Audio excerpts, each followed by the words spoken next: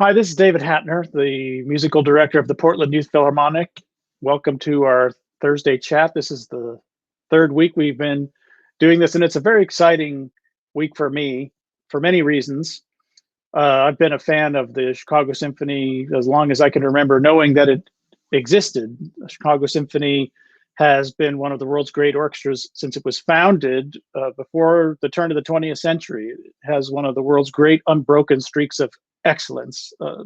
And anyone who has heard it, whether in its home, on tour, or on recordings, is aware of the great pride and tradition that takes place there. So it's especially wonderful to have two of its youngest principal players, Keith Bunky, principal bassoon, and William Welcher, principal oboist. And it's especially important for me because Keith was the principal bassoonist of the Portland Youth Philharmonic when I became its conductor. And it's been especially gratifying to see his career blossom in such a wonderful way. So welcome to Will and Keith. Hello. Hi, thank you so much, David. Thank you. This is great. Thanks for having us. And we had a nice list of recordings to listen to, but before we get to that, to our guests here, if you know any oboists or bassoonists, text them so they can tune in and see this chat and hear from the current state of the art in the depending on whether you're in the audience or the orchestra, the right or left side of the woodwind section. So let me ask Will first, because we literally just met. Tell me about what you were doing professionally before you became a member of the Chicago Symphony. Not much professionally. I was a classmate at Curtis with Keith here, and after that, instead of joining an orchestra, I went to pursue an artist diploma at Oberlin Conservatory, and then after that, I joined the Chicago Symphony. And who was your professor at Oberlin? At Oberlin, I studied with Robert Walters, who's the solo English hornist of the Cleveland Orchestra. And at Curtis, I studied with Richard Woodhams, the principal oboe of the Philadelphia Orchestra. Right, and as far as I believe the Philadelphia Orchestra also recently settled its principal oboe position, which had been occupied by only 3 musicians over the previous 100 years or so. Is that correct? That's correct. Yes. Yeah, it's one of the more remarkable things in woodwind playing history is that oboe position in Philadelphia, which has been influential not only of oboe playing, but of woodwind playing in general in this country. And we'll probably talk quite a bit about that. And so Keith, you were briefly a member of the Atlanta Symphony, very more briefly than you thought, because the orchestra wasn't working for part of the year you were in the orchestra. Talk to me a little bit about when you auditioned for the Chicago Symphony, because you were especially young to win any audition, but that must have been a pretty intimidating situation to walk into. Yeah, absolutely. It was probably the most intimidating performance experience of my whole life, or one of them at least. But I auditioned for the Atlanta Symphony while I was still in my third year at Curtis. So I think I was 20 at the time. And then, so I won that job during my third year at Curtis and decided to take it and leave after my third year, essentially leaving early, graduating early. And so then I was scheduled to start the fall of that next year. But the orchestra went through a lockout. It lasted about 2 months, I think September and October, essentially. During that time, I took the preliminary audition for the Chicago Symphony. That happened to come up at that time. And so I sort of used the extra time of not having the work from the Atlanta Symphony to really prepare for that audition. And then the finals were of January that year. And then so they kind of split it up like that, which is kind of unique. And then basically I ended up playing with the Atlanta Symphony for really only about 6 or 7 months before hopping over to Chicago in the summer of 2015. So I really didn't have a whole lot of professional orchestral experience before coming to Chicago either. Only a few short months, but it was certainly a steep learning curve, and I learned a ton and continued to learn a ton through that, my first season in the CSO, and I'm still learning.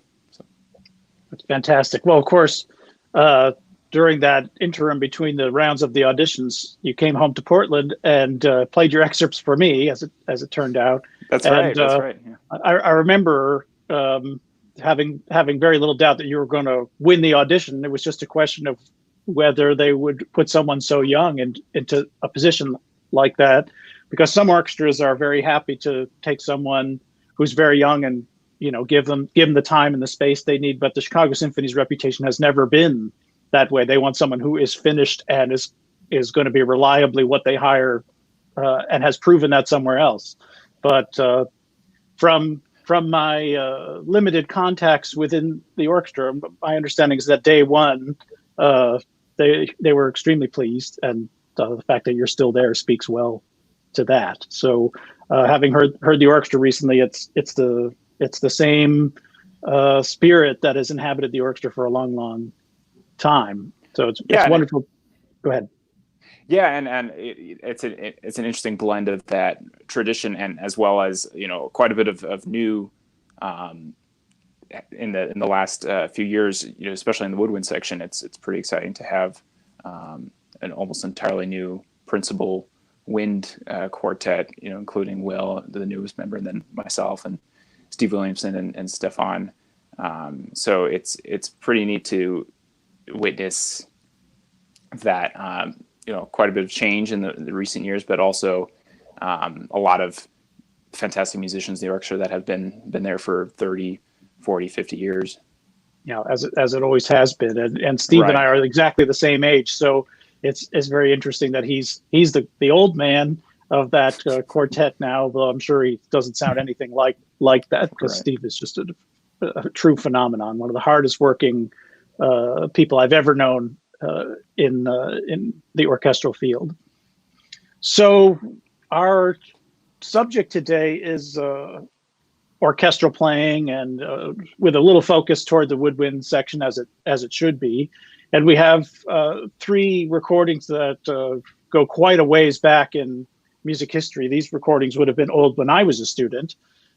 So Keith, you picked out a very good spot to play in the first piece, which is an excerpt from Borodin's opera Prince Igor, not one of the normal ones that are played in the orchestra, but a specially selected extra.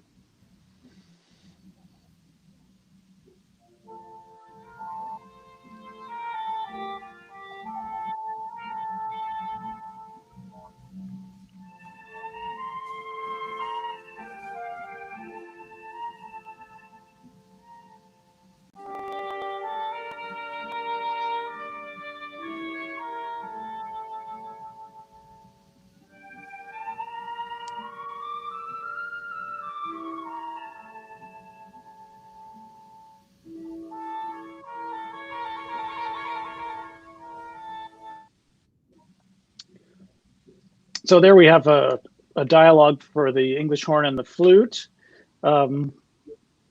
Will, you're the upper double reed section. Tell me what strikes you about this performance. Well, I really like the tone of the English horn. That's something that sort of strikes me right away, and the use of vibrato. But it seems sort of reminiscent of a different era. I guess it's because when the recording's from, I just get it moves me, and I don't know quite why it moves me, but it does. Do you mind if I ask what orchestra this is, or is that something we're not? Let's do that at the end of the process of discussion. But you've already intrigued me, so go on. Yes. Let's see. It's a beautiful. They play sort of no notes are sticking out. It's very much in a tradition that seems familiar to me. Help me. Give me some more questions. Well, let's go to Keith.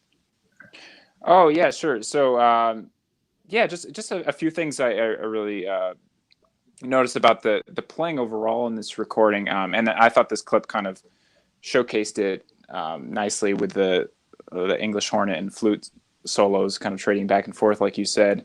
I think it's interesting to hear that the vibrato, the kind of style of vibrato is pretty. I feel like it's similar between the two wind players, and like Will was talking about, maybe it's sort of a stylistic thing, or that the zeitgeist, what was kind of done in a or what was more popular in a certain time, and it's very very narrow and very fast and very tone. Fast vibrato.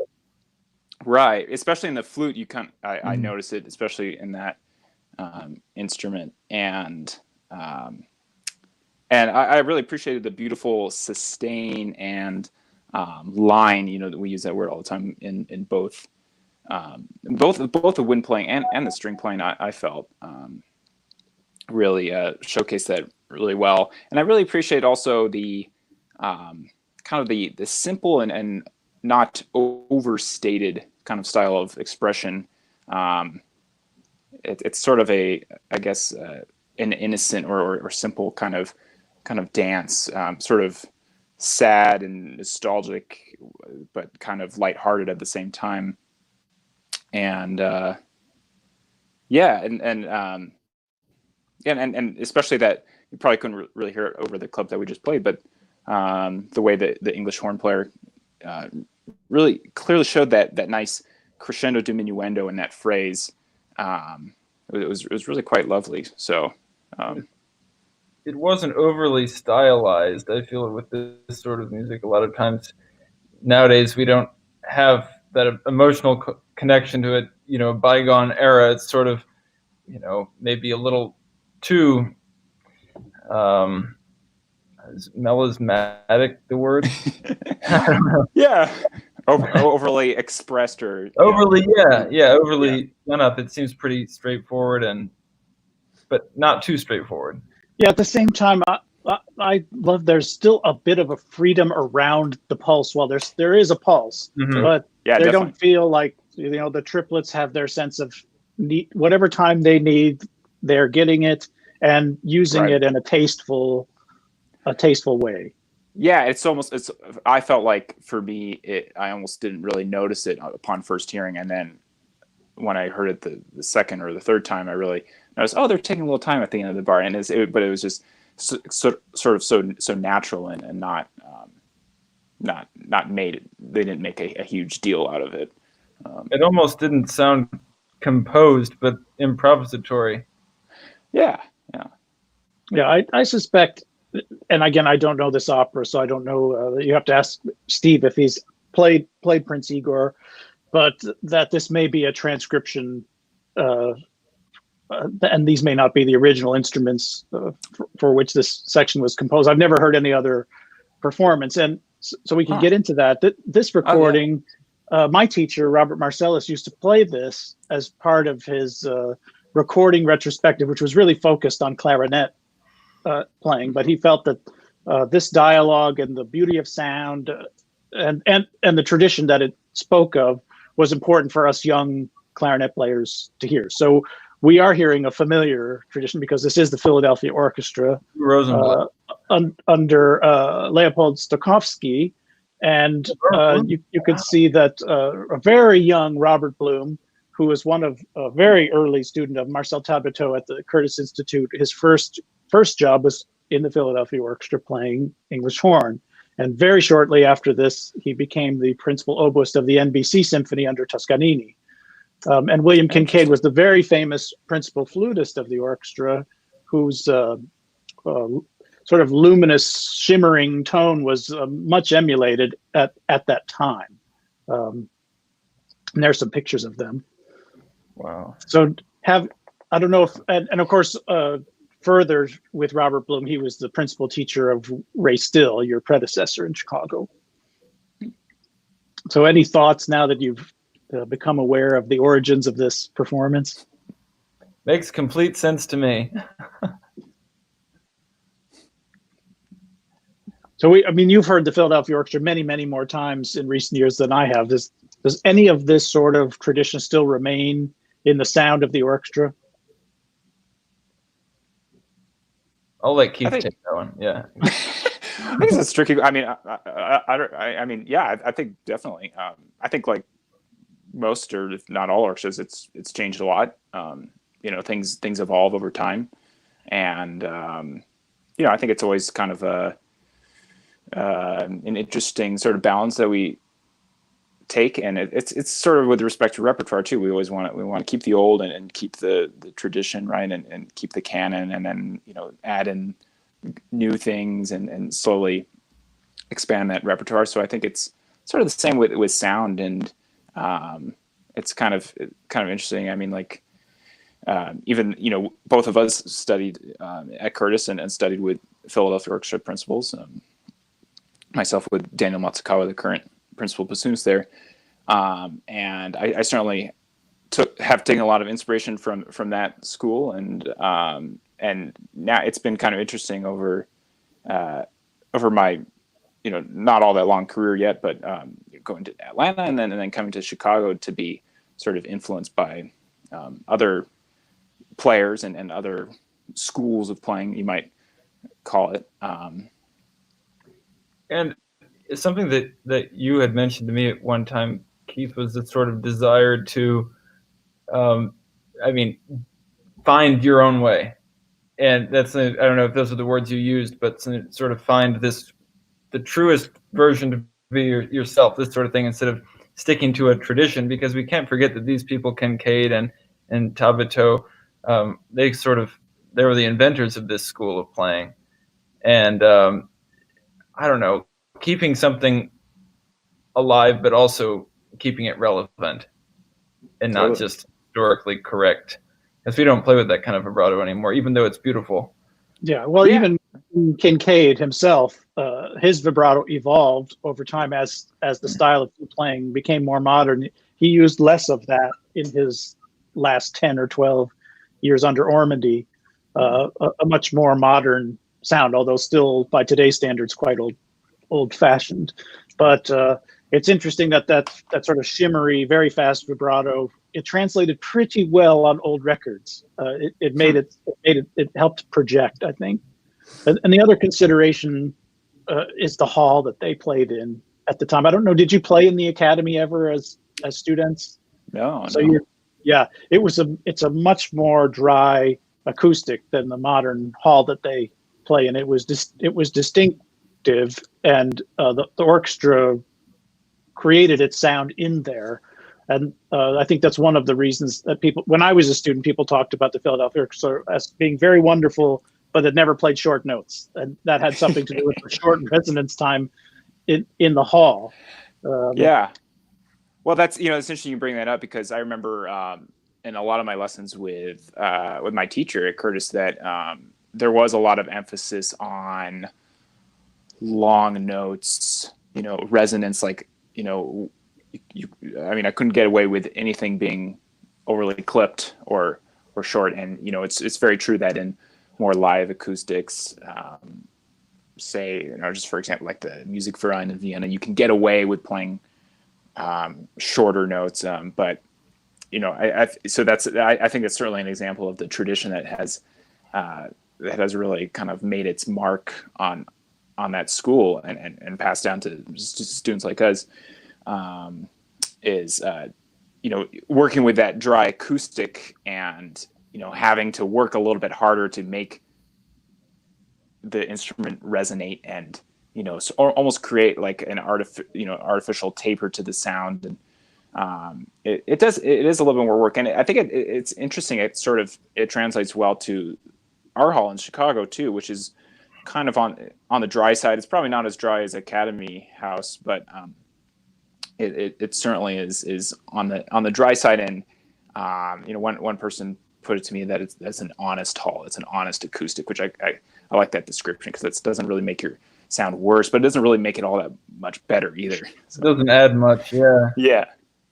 Yeah, and it's quite different than what it was when I attended concerts there, which was very objective and quite dry. And that was after a renovation sometime in the 1960s, which took a lot of the natural acoustic out of the hall, probably by accident. But if you've listened to historical recordings of the Chicago Symphony under Fritz Reiner, it has a beautiful blooming acoustic, which the hall lost in that renovation from the 1960s. That's interesting. Yeah. So most of his recordings with the orchestra were in orchestra hall? All of Fritz Reiner's recordings, as far as I know, were made in orchestra hall. Wow. It was a beautiful acoustic for recording, going all the way back before his time. And then they started to choose other venues in the middle 60s after the renovation. And a lot of them were made in Medina Temple. I'm not sure if that building exists anymore. It's an old Shriners auditorium, very, very large. Yeah, so quite a few records were made there. And but that's another topic. I am a little curious. Does Curtis still have this tradition of woodwind class? Yeah, do you want to talk about that, Will? Sure. Yes. On Mondays, if I recall correctly. Is that right? Mondays? Yeah, 4 to 6 or something. Yeah. They were very intense. My teacher, Mr. Woodhams, was the person that led the wind classes. And I mean, the standard was just, it had to be there. The wind class began with the first oboist giving the tuning A, and then every single person would have to match this, and it couldn't just be any sort of A. It had to begin, much like Robert Bloom did, from nothing, and sort of crescendo, and then fade back into nothing.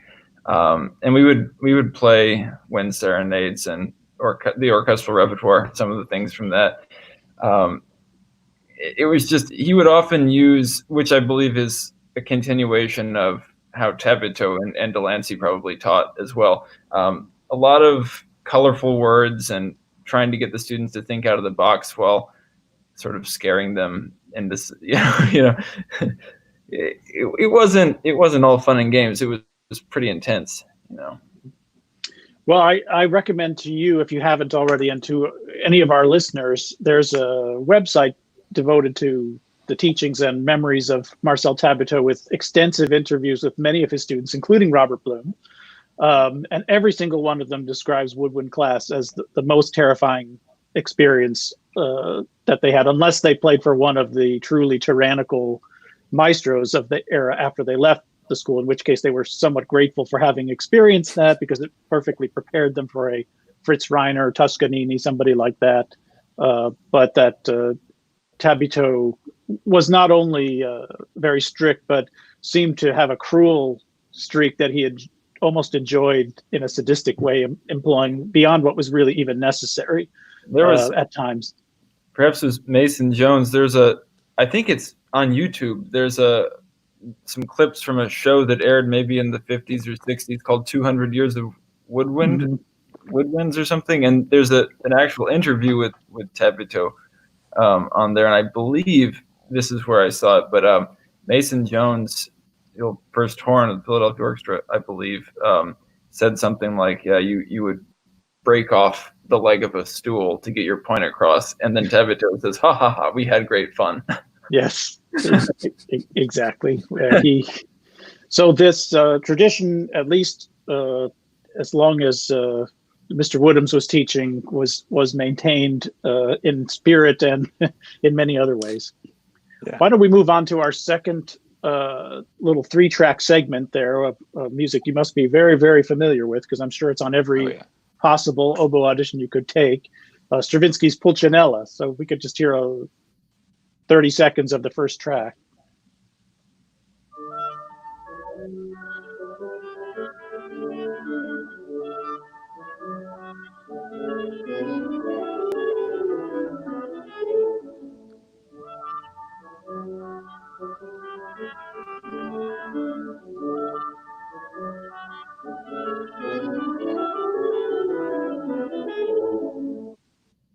So we heard the first variation there. D major is a wonderful key for the orchestra, of course, but it means low Bs and C sharps if it goes down there. So tell us about this music and its instrumental issues, and also about the recording that you listened to. Will. Sure. Well, yes, it is very difficult. You need a reed that's just right. You can have no shortage of vibration because those low notes need to come out. And the oboist in this recording did, I think, a wonderful job. This is Pulcinella, the character, right? From what is it? Like Commedia dell'arte. Exactly. Yeah, I believe that the accompaniment is supposed to be something like a guitar or something. This is something that comes back in the serenade, the serenata, if I'm correct. But it's like bum. But here, yeah, it's like it's a Neapolitan dance. A Neapolitan dance. Like, correct? I'm probably messing this up. I hope no one's checking. It's a dance of sorts, and we have to get the low B's and C sharps out. Right. Yeah, the entire piece is a ballet, of course. So yeah. That's interesting. I wasn't aware of those technical challenges necessarily in the oboe. What do you think? Well, I'm curious. Like, in this particular recording, I found the oboe's playing to be very, I guess the line and the use of air very even and all that kind of good stuff. To me, some of the certain notes kind of sticked out. I guess it wasn't really the low notes as much, but kind of like middle line B, especially kind of had a spread really sort of. Yeah. Did you find that? Yeah, I did. And I think some of that may be, you could call it character, perhaps. Adding to the rustic feel of the piece. This is not Philadelphia. This is not Philadelphia, no. Yeah. Mm-mm. It's still to me it sounds like an American oboe style. I think so. I have a guess, but we're not letting. Let's just talk about it for a few more seconds, and then we'll hear your guess. I mean, there's also another variation, Keith, where the two bassoons are doing a lot of heavy lifting. Did you hear anything there that interested you?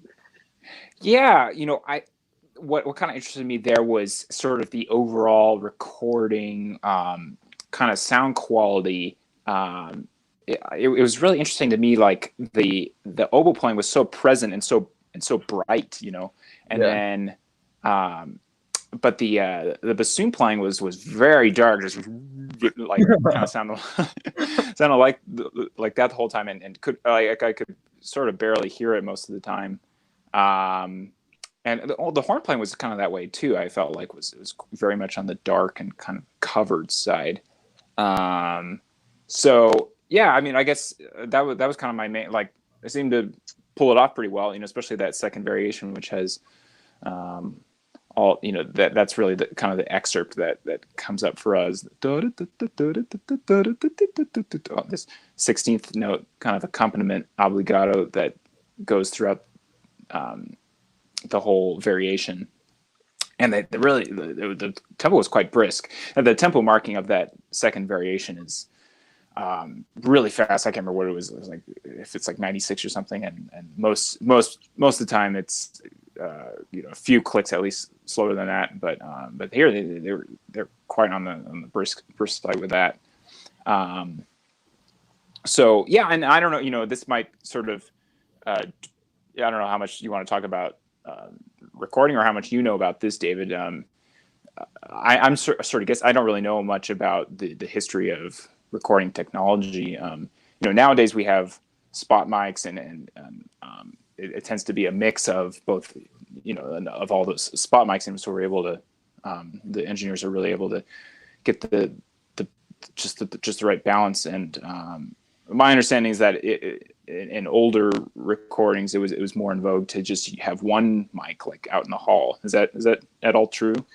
There were times when that happened, particularly with the recording company called Mercury, which made some of the first high fidelity recordings in Chicago. Actually, they used one microphone only. This was not really that common.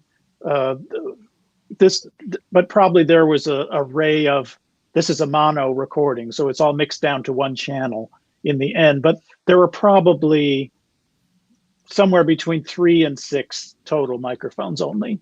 None of them spotlighting any instruments unless there's a major solo. So there are probably 3 dealing with the strings and 3 dealing with the winds and brass, something like that. It'd be interesting to see a photo which shows all the trees set up. But this recording was made somewhere around 1953. We'll get the exact date. And it's funny that you mentioned the tempo marking, because this recording is conducted by the composer, and so it's authoritative in that respect. What did you think of the note length of the bassoon passage? I guess it was on the longer side compared to what I'm used to hearing. It's marked all staccato. And it definitely seemed to be on the longer side of that. Yeah, which is something I found actually unusual, because Stravinsky was very insistent about the ends of slurs before short notes being clipped off, and the short notes themselves often being extremely short, which other places in this performance one can observe this. This is actually a recording of the complete ballet, not just the suite. Any final thoughts before we talk about who is actually playing Will? No thoughts? I don't want to guess. I want to know. Yeah. So this is, in fact, the Cleveland Orchestra. Stravinsky made a series of recordings with them, and you can see that we have we have a V instead of a Y, but it is Mark Livesey playing oboe, and George Gosley, the orchestra's longtime principal bassoonist. Mark Livesey, of course, is a student of Tabito's and one of the legendary names in woodwind playing, especially there they are. And I heard much about Mark Livesey during my lessons with Robert Marcellus, probably more than any other member of the orchestra. I would hear about things that went on up in the front row of the woodwind section.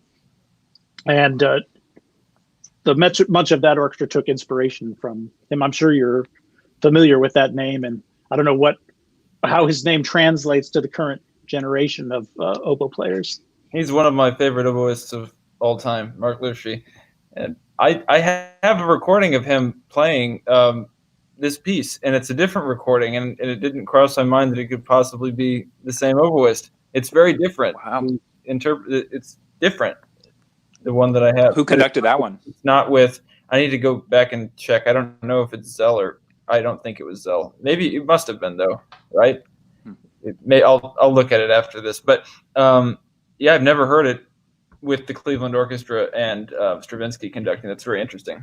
Yes, it's a somewhat obscure recording, although I think it's to be found now on YouTube, fortunately.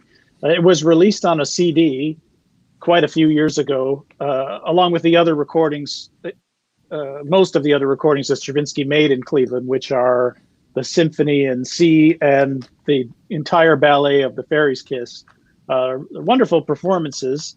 But they titled the CD set Stravinsky the Mono Years, which in marketing terms basically means stamping "Don't Buy Me" on the cover. So it went out of print fairly quickly.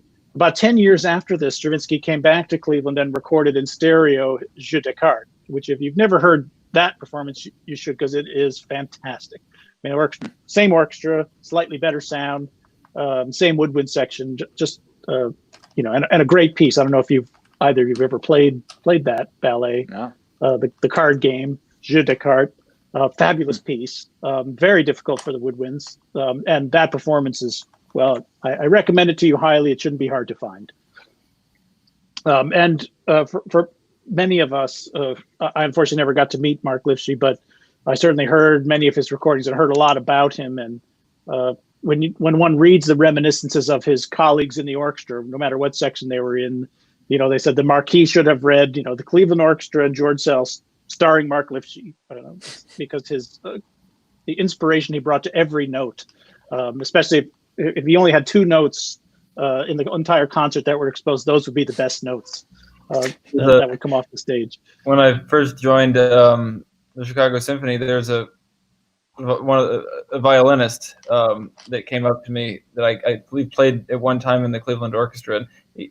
Big fan of Mark Livesey, and he told me that his favorite recording of classical music was this one record where he would go and Mark Livesey plays one note and he would go back and one note, and he just couldn't get enough of it.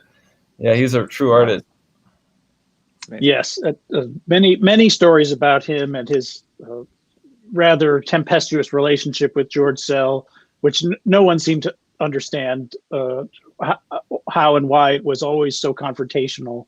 That Sell seemed to be treated him more harshly than any other member of the orchestra, even though he was clearly a great artist and also very sensitive to criticism, and yet it seemed to never end. And unfortunately, their relationship came to an end in an unfortunate way right before a giant tour when Livesey left the orchestra. And a series of things happened, which ended up with John Mack, of course, becoming the longtime principal oboist of the orchestra, and Livesey's ending his playing career in San Francisco.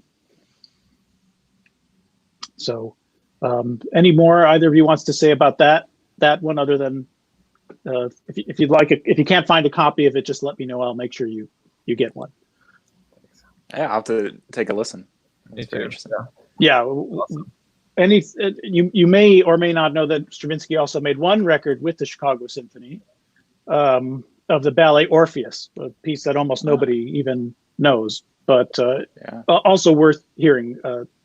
Very fine recording, which finds the orchestra adjusting itself to his style of music making, which was more toward what the Cleveland Orchestra naturally does than what the Chicago Symphony was known for. Short notes, etc. Interesting. So should we move on to our last piece on the program today, which is also by Stravinsky, earlier work, later revised. And Keith has selected a short segment of it for us to listen to.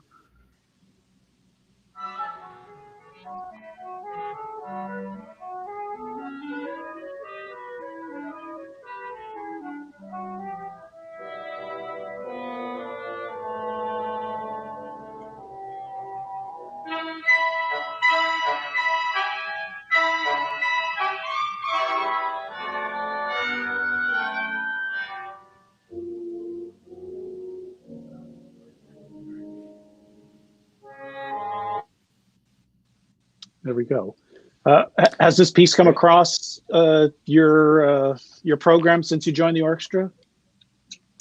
Not since I've been in the CSO. I haven't seen it. The only time I played it was at the Tanglewood Music Center. So I was a fellow there when I think it was my first year. I was 18, and it was actually a really memorable experience. Maybe because it was the first piece I played that summer, but also we did it with the Mark Morris dance group. I don't know if you've heard of that group, but amazing dance group and just amazing choreography. And so it was just this really interesting program of Stravinsky and Bach that they choreographed to.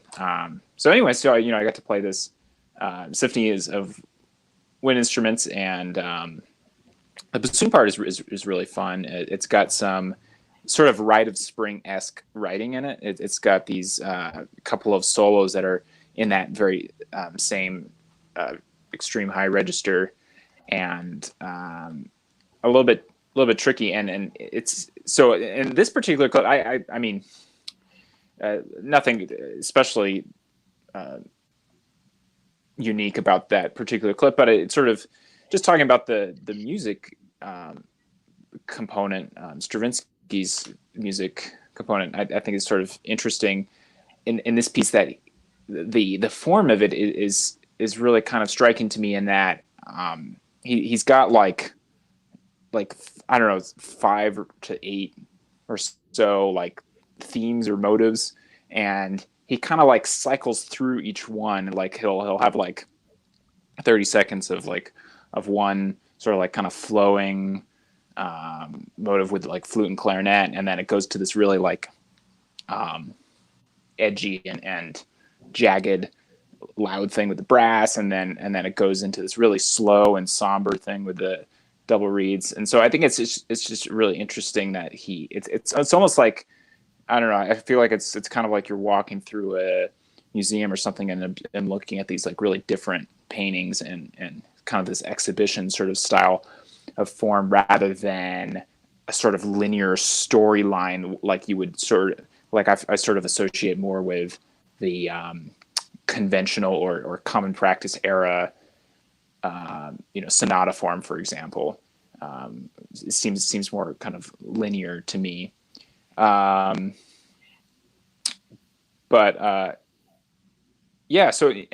this piece, it really, I think Stravinsky really uses all the orchestration, for obviously very interesting orchestration, being is kind of essentially a wind ensemble, sometimes, woodwind focused, and then sometimes woodwinds plus brass, and then sometimes mostly brass. And I think in terms of the recording and the performance, I think the ensemble is really great.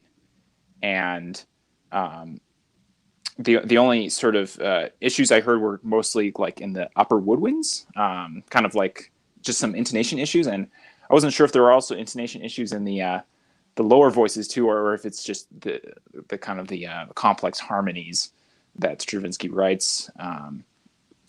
But then another interesting kind of observation I had from my sort of bassoon player perspective was the Contra Bassoon. Like in the end, like last few minutes of the piece, it just has that underpinning of the whole ensemble, and I found it interesting that in this recording at least, and I haven't listened to a lot of other recordings recently, but it was cool to hear that low rumble, a very pleasant rumble, but very audible in its own right throughout that whole kind of ending of the work. Great. That's very, very interesting. So, Will, what about you? Have you played this piece, or do you know it? I haven't played this piece, but I've listened to it a couple times. I think what Keith said is spot on. I mean, that's just, I want to go learn it now. Yeah. Are you both aware that this piece exists in more than one version? I wasn't aware of that. So what we're hearing is this was the only version, I believe, that was performed for many years. It's his revised version, which he revised the same year he revised Petrushka in 1947. But there is an original version, which he did in 1920, which your orchestra has done at times. Boulez liked to do it, and some other conductors prefer it because it has a slightly different orchestration, which includes the alto flute. Those high bassoon solos that you mentioned, Keith, were originally scored for the alto flute. And it also includes the basset horn, which plays all that stuff the second clarinet plays with the flute in a sort of middle register. It doesn't make itself apparent nearly as much as the alto flute, and also includes a few more exposed loud notes for the contra. You probably know that this piece was dedicated to the memory of Debussy. And with those instruments, it does seem to have a mellower, less astringent quality that lends itself to that description. So I recommend that you find a performance of the original version. I think Dutoit has one with Montreal, and Boulez may have even recorded it in Chicago, or it may have been in Cleveland. I'm not sure, but he recorded it more than once. So once you hear where the bassoon solo is supposed to be, you'll know which version it is. Right. What are the years of those two versions? Do you know the original 1920 and the revised 1947. And Boozy and Hawks it's sitting on my shelf, just out of reach, has bound the two versions together into one score at a special low price. And it's quite interesting to have those together. When I was a freshman at Northwestern, our wind ensemble was hired by, I can't remember exactly what the event was, some conference of wind conductors, to do a presentation of both versions side by side, with also a lecture involved. So we were actually paid, and I was the basset horn player because I was playing bass clarinet in the wind ensemble at the time, and had the opportunity to play both of these versions as an 18-year-old, and it was fascinating because I only knew a little bit the revised version from a Netherlands wind ensemble recording I had, and it was just great. Plus, trying to get between the two instruments in a hurry when we were demonstrating different sections, I recall that being not necessarily a challenge, but just something that had to get done. Yeah, so I'm sure that this. Sorry, I was just going to say the second version probably gets performed more, partly because there's less of these exotic or lesser used instruments used. Yeah, that's exactly right. And I think for a long time the parts to the original version just simply weren't available. But now they've been reprinted. You couldn't buy a score to the original version until this Boozy and Hawkes publication. You had to rent it with the parts. So yeah, you now have more of a choice, but unless you have regular access to an alto flute and a basset horn, it gets very complicated. I also conducted this revised version with the Portland Youth Philharmonic. You can hear that on YouTube if it interests you. That it was a lot of work, and the only disappointment, because the performance was very fine, was that the students didn't especially like the piece at the end of it. It's like, that was hard work, and it was just so weird sounding, like those clashing polyharmonic sonorities never really sounded consonant to them. Yeah, it was all just sort of like, it just all sounds like we're playing the wrong key all the time. Yeah, but it's a weird piece. And although I'm sure David, you've played the octet. Sure. Yeah. Have you played that, Will? No, there's no oboe in it. But oh, that's right. There's no oboe. I've conducted it many times too. Oh, cool. Yeah. So like, it was just it reminded me of the octet, just the ending and a lot of those.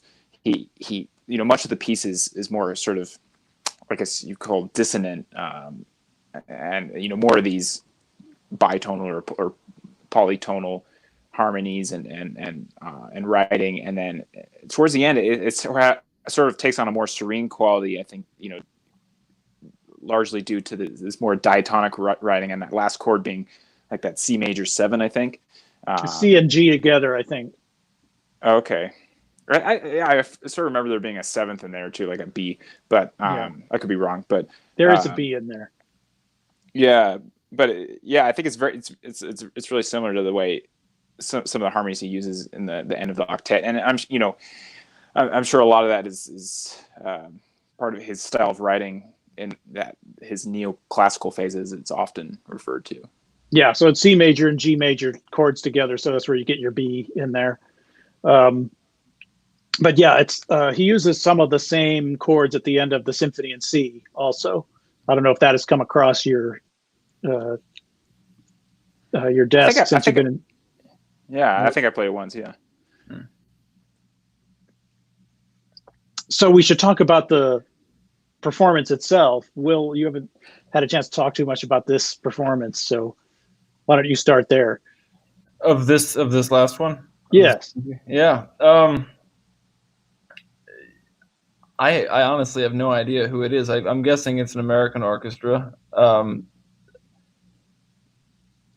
I haven't played the piece. I enjoyed listening to it. I thought it was very dissonant. My girlfriend asked me to turn it off, which I thought was a bit rude. but I put my headphones in and listened to the end. And yeah, I having not played it before and not really having studied it, I enjoyed it. It just seemed like sort of late-ish Stravinsky. Is it late-ish Stravinsky? It's a little earlier. Oh, is it? Late-ish Stravinsky, you'll find it tends to be 12-tone. Like, is it Agon or Agon? Yeah, things like that. Yeah. Mm-hmm. Yeah, I thought the recording, if I may comment about I guess what seemed to be like the recording quality to me was this one compared to the previous two that we listened to, felt like it was the recording quality seemed more up close, or more present. I don't know the best way of describing that necessarily, But it was kind of nice. I liked how, especially I found the woodwind passages to have a nice presence to them. Like I felt like I was kind of really in the same room, and it wasn't too distant. So. Mm-hmm. I'm sure it's a tricky piece, like, you know, all those sudden tempo changes. I'm sure that's a big part of why it was hard to put together, David. Yes, the tempos are all related mathematically. Oh, okay. Usually, like a triplet equals a duplet, and so it can all sort of be calculated. Although most conductors will pull it a little bit further apart so that some of the slightly slower things are a little more than slightly, so they have some, again, a little more space around them. Space. But yes, they're it's has a lot of meter changes, no matter which version you do, and they're actually rhythmically on paper quite different, how they're worked out. So you can't just go from one to the next, and the bars are often quite different. But it's actually fairly logical. There's a much more difficult work by Stravinsky, Concerto for Piano and Wind Orchestra. Have either of you seen this one? I played that one. Yeah. Okay. Wow. So you know that's extremely difficult. Yes. And for the conductor as well, one of the more metrically challenging pieces to conduct that I know of by Stravinsky, certainly. So if that one comes across on a season schedule, you might want to have a look at the score and the recording well in advance, because it just sort of flies by. Wow. So we should talk about the performers on this recording, which is a live performance from Chicago, Orchestra Hall, Chicago, under their then music director, Jean Martinon. There we are. It's not from this box set of recordings, but that's a set which contains all of the RCA commercial recordings that Martinon made while he was in Chicago. Sadly, there are not nearly enough of them. But there is a long series of live concert performances that have been preserved by Martinon, and some of them are traded by people who take them off the radio. And this is a great photo of Martinon with the soloists from the recording of the Frank Martin Concerto for 7 winds, timpani, and strings. You will notice on the far right-hand side, one of your current colleagues, Jay Friedman, in his early years with the orchestra. Remarkable that he's still performing today.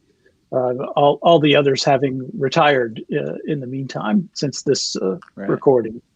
Well, hopefully you'll get a chance to play this concerto at some point. Somebody will pull it off the shelf and do it.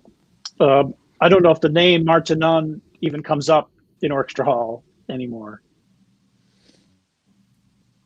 I've heard it. Gosh, I don't even know. Yeah. I think I've heard a few of his recordings, but yeah, people throw around his name every once in a while. Scott Hostetler has brought him up before, I believe, as having liked some of those recordings. Yeah, the nowadays people sort of think there was a few years there between Fritz Reiner and George Schulte, and something happened, but we don't know what it is. But the truth is that he was a truly great conductor.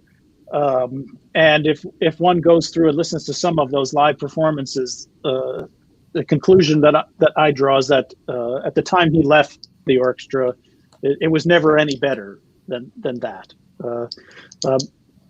Reiner's era stressed in rehearsals quite a bit the winds and brass, and put them through the ringer. And Martinon, being himself a fine violinist, did the same with the strings during his time there. And the orchestra just played beautifully.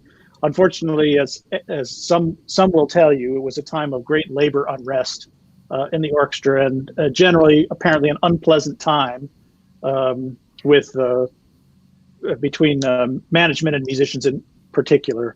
And so many sort of don't want to even think back on that era and have forgotten what the concerts were like. I remember talking to Clark Brody, who was the clarinetist in that picture, and it's like, I hear all these Martinon recordings are all great. And he's like, yeah, I just don't remember that whole decade all that well, other than a few isolated spots and things that happen. It was just one of those times that when they were on stage, it was business, and other things were also happening. But you can ask Mr. Friedman because I understand he's a big fan of those years, that he respected Martin on very deeply. So I was choosing between that performance and A Rite of Spring. With that, Martin, I understand he did it a number of times, but it's a very fine performance of Rite of Spring with the Chicago Symphony that exists in your archive. Excellent.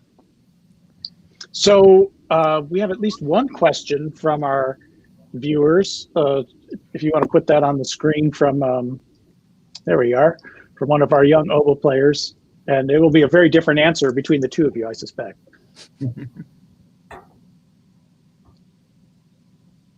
So Will, you want to take this one first? Sure. Well, it depends on the week and it depends on the read. Sometimes it could be 4 or 5 reads in 1 week. This past tour, I played the whole tour. I think we were gone for 3 weeks on, I think, 4 reads. That was a lot of concerts, but they were reads that I had made over a pretty long period of time out of good cane. So they lasted a while. Advice to oboists: try to make your reads slower, and don't just make them real fast, and they'll die pretty quickly. I tend to start with something that's a bit uncomfortable, and then I make it more comfortable gradually, and then it lasts in a state of comfort longer. Keith? Yeah, I think that same advice really applies equally to bassoon reads. Yeah, I would say it varies for me too, but I think a good read can easily last 3 or 4 weeks of heavy playing. Now I try to, a lot of times I'll end up playing one read, at least like one read for a piece, one read per piece. So I'm not like switching too much like within a week on a particular piece. I don't really like switching reads between movements of a piece. So, and sometimes I'll play a read on one read for a whole concert. So it kind of varies, but I try to rotate through them a bit. But I think, rotating them can help them last a little longer. So again, I'll reference Mr. Brody, who was the principal clarinetist on that Stravinsky performance, and many others. He played in the orchestra for 27 years. But he said many evenings when he went downtown, he was thinking, I don't have any reeds to play on. This is going to be terrible. And then whatever it was he stuck on there, it worked out great. Played better than he could believe. And that sometimes when he felt really good about his reeds, virtually nothing happened. And he sort of wondered what the psychological relationship might be between like just thinking I've got to really work to make this reed go and having that actually create something better than having one that he felt good about. I don't know if that same applies to oboe players or not. It does. Oftentimes, yeah, you don't know if you even have a reed, but you got to make it work. And is there still the same situation in that hall, in that there isn't a humidity control system, so that in the winter it gets extremely dry? There's definitely a humidity control system now, luckily. Oh, there is. Yeah, they keep it right around 40%, and it's quite consistent. So that's great, because my understanding is that before the renovation, there was no such system, and that winters were very, very long for the woodwind section down there. Yeah, that would be make it quite a bit more difficult for sure. I've seen some colleagues that have the barometer. Is that the word? Barometer. The humidity. Yeah, it tracks the humidity. Yeah. Device, and they will get very upset if it doesn't match the standard they were guaranteed in the contract or something. Oh. Yeah, that is. I mean, I find that in Portland. Fortunately, I don't have to make my living playing anymore. That the change in barometric pressure, let alone humidity throughout the day, is extreme here compared to anywhere else I've lived. And every time it changes, the reeds play quite differently. And I changed to synthetic reeds a few years ago, and that seemed to deal with this issue fairly well. But you could play a rehearsal in the afternoon and come back a few hours later, and it just a radically different situation. So That's interesting. Yeah, I always find when you hear a woodwind section that sounds great, you're witnessing some kind of miracle on a regular basis. I remember being in Aspen one of the summers I was studying out there, and Mr. Woodhams came out, as he often did for the first couple of weeks of the festival, and he played the Sinfonia Domestica of Strauss, which has some very long, taxing oboe solos, some of which start on like low D and things like that. And of course, it was the best playing anyone did in the whole festival all summer. And I had the opportunity to speak with him, and I said, how many days in advance did you come out here to make reeds? It's like, oh, these are my Philadelphia reeds. It's just a festival. You can't stress yourself too much. So I don't know if you played in the mountains or during your tours, and that's it's a whole nother story, right? Yeah, at least for me, that's really the variable that changes the reeds the most. I think bassoon reeds probably don't change as much as smaller reeds like clarinet or oboe, but that for whatever reason, that altitude and by extension the barometric pressure seems to really change how the reeds vibrate a lot. Like it's you bring like a reed that was working in the mountains and you go back down to sea level, it's like a quarter step flat, and kind of vice versa. So it's really weird. I do enjoy going back down though. Once you've been up in the mountains a while, you go back down and you feel real strong. That's true. Yeah. Your respiratory system is more efficient. Yeah. But it's dreadful to make reeds in Aspen. It's almost pointless. Yeah. Right. Yeah, I mean, I have. Fortunately, I was mostly a conductor there, although I played a lot of principal clarinet, and just occasionally, like, interesting sounds would start coming out. That usually if you're going to have a squeak or something, you get a little warning. It's like telling you, like, be careful, this is not going well. But in Aspen, it just starts happening. It's just like. It's crazy. A tip for any oboists out there that Mr. Woodhams had given me was you just scrape them to where they just sort of rattle like crazy, and then when you go up, they might feel kind of good. That makes sense. Yeah, just something really, really extremely vibrant. Yeah, soft. Yeah. Yeah. The story with Mark Livesey apparently was that he was an indifferent reed maker. And would play on anything, and often did. I don't know if the name Eldon Gatwood means anything to you. He was Livesey's second oboe player and later the principal oboist of the Pittsburgh Symphony. But he had gone to see Livesey play the Mozart oboe quartet, which of course was brilliant. And when he went backstage to congratulate him, he said, "Eldon, try this reed." They couldn't make a sound on it; it was so terrible. But that was just, he was just a player. He could play anything. So, yeah. I think my experience was the better condition you were in as a player, the better the reeds were. Or one clarinet teacher once said, the best environment to store reeds in is humid, and it's always humid inside your mouth. So the more you play, the better they'll be. That's true. That's I like that. Very good. So we should wrap this up. I really appreciate both of you taking the time to do this. I hope that before too long, I'll have a chance to hear you play in your natural environment. So I love the city of Chicago. I enjoyed my years there, and that orchestra is always inspiring to hear. So thank you very much for being here. Maybe hopefully this whole situation will clear up before we have the chance to do this again. Thank you very much, David, for having us, and we sure hope it does too. It would be great to see you back, in the natural habitat.